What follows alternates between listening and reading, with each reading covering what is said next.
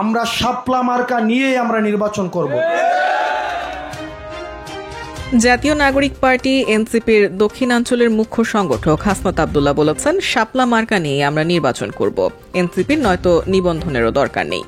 শুক্রবার সন্ধ্যায় কুমিল্লার দেবিদ্বার উপজেলার ধামতি ইউনিয়নের চৌধুরীপাড়া এলাকায় এনসিপি আয়োজিত এক উঠান বৈঠকের প্রধান অতিথির বক্তব্যে কথা বলেন তিনি। হাসনাত আব্দুল্লাহ বলেন, যদি আমাদেরকে শাপলা প্রতীক না দেয়া হয় তাহলে ধানের শীষ বাদ দিতে হবে। শাপলা কেউ ঠেকাতে পারবে না।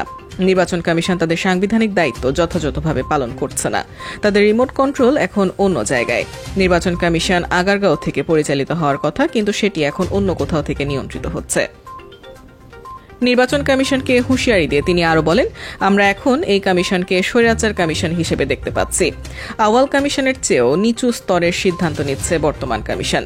দায়িত্ব অবহেলার পরিণতি কি হতে পারে তা আগের অভিজ্ঞতা থেকেই জানা উচিত। নির্বাচন কমিশনকে বলবো, আইন মেনে সিদ্ধান্ত নিন। কোনো সাংবিধানিক প্রতিষ্ঠানে স্বেচ্ছাচারী সিদ্ধান্ত নিতে পারে না।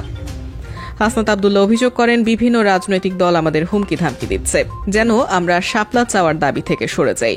কিন্তু শাপলা যেহেতু জাতীয় প্রতীক, সেটি যদি এনসিপিকে না দেয়া হয় তাহলে ধানের শীষ বাতিল করতে হবে, কারণ সেটিও জাতীয় প্রতীকের অন্তর্ভুক্ত। আমরা দেখছি নির্বাচন কমিশন ইচ্ছাকৃতভাবে পক্ষপাতমূলক সিদ্ধান্ত নিচ্ছে। যদি শাপলা না দেয় তাহলে আমাদের নিবন্ধনও প্রয়োজন নেই। দেবিদ্বার উপজেলা এনসিপির ভারপ্রাপ্ত তত্ত্বাবধায়ক জাহাঙ্গীর আলমের সভাপতিত্বে আয়োজিত ওই উঠান বৈঠকে আরও বক্তব্য দেন জেলা এনসিপি সদস্য রবিউল মনির চৌধুরী, মুজিবুর রহমান, মাহমুদুল হাসান ও সাইফুল ইসলাম প্রমুখ।